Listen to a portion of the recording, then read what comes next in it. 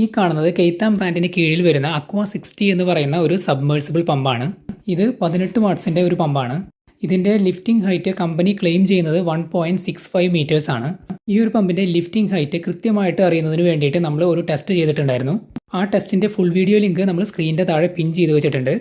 3 ഹൈറ്റുകളിലായിട്ടാണ് നമ്മൾ ടെസ്റ്റ് നടത്തിയിട്ടുണ്ടായിരുന്നത്. ആദ്യത്തെ ടെസ്റ്റ് നമ്മൾ ചെയ്തത് 0.5 മീറ്റേഴ്സ് ഹൈറ്റിലാണ്. രണ്ടാമത്തെ ടെസ്റ്റ് 1 മീറ്ററിലും മൂന്നാമത്തെ ടെസ്റ്റ് 1.5 മീറ്റർ ഹൈറ്റിലുമായിരുന്നു. 1/2 ഇഞ്ചിൻ്റെ ഹോസ് ഈ ഹൈറ്റുകളിൽ കട്ട് ചെയ്തെടുത്തായിരുന്നു നമ്മൾ ടെസ്റ്റ് നടത്തിയത്.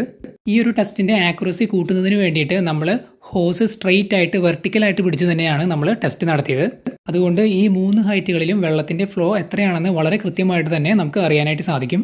ഫിഷ് ടാങ്കുകളിൽ അതുപോലെ തന്നെ പോണ്ടുകളിൽ ഫിൽട്രേഷൻ സെറ്റ് ചെയ്യാനായിട്ട്, ഫൗണ്ടൻ സെറ്റ് ചെയ്യാനായിട്ട്, പിന്നെ അക്വാപോണിക്സ് പോലുള്ള പരിപാടികൾക്കൊക്കെ ഇത്തരത്തിലുള്ള പമ്പുകൾ യൂസ് ചെയ്യാറുണ്ട്.